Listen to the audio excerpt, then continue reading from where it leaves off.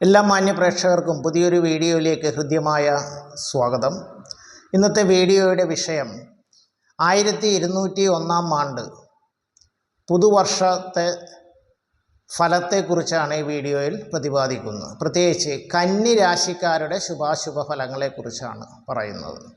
കന്നി രാശിയിൽ വരുന്നത് ഉത്ര നക്ഷത്രത്തിൻ്റെ അവസാന 3 പാദം, അത്തം, ചിത്തിര നക്ഷത്രത്തിൻ്റെ ആദ്യ 2 പാദം എന്നീ നക്ഷത്രങ്ങൾ ചേർന്ന് വരുന്ന കന്നിരാശിക്കാരെ സംബന്ധിച്ചിടത്തോളം സർവേശ്വരകാരകനായിട്ടുള്ള വ്യാഴം 10-ലും ശനി 7-ലും രാഹു 6-ലൊക്കെ സഞ്ചരിക്കുന്ന ഒരു കാലയളവാണ്.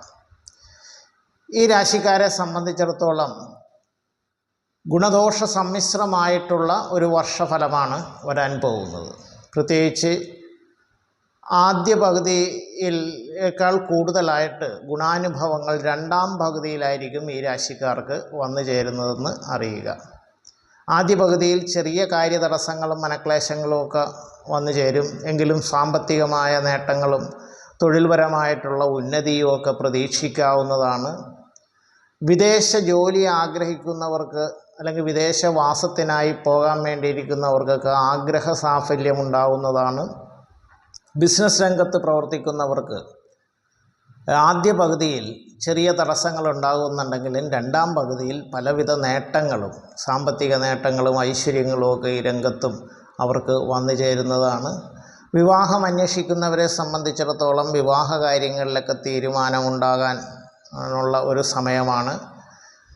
വിദ്യാർത്ഥികളെ സംബന്ധിച്ചിടത്തോളം അവർ ആഗ്രഹിച്ച രീതിയിൽ ഉന്നത പഠനത്തിന് സഹായകമായി തീരുന്ന ഒരു കാലയളവാണ്.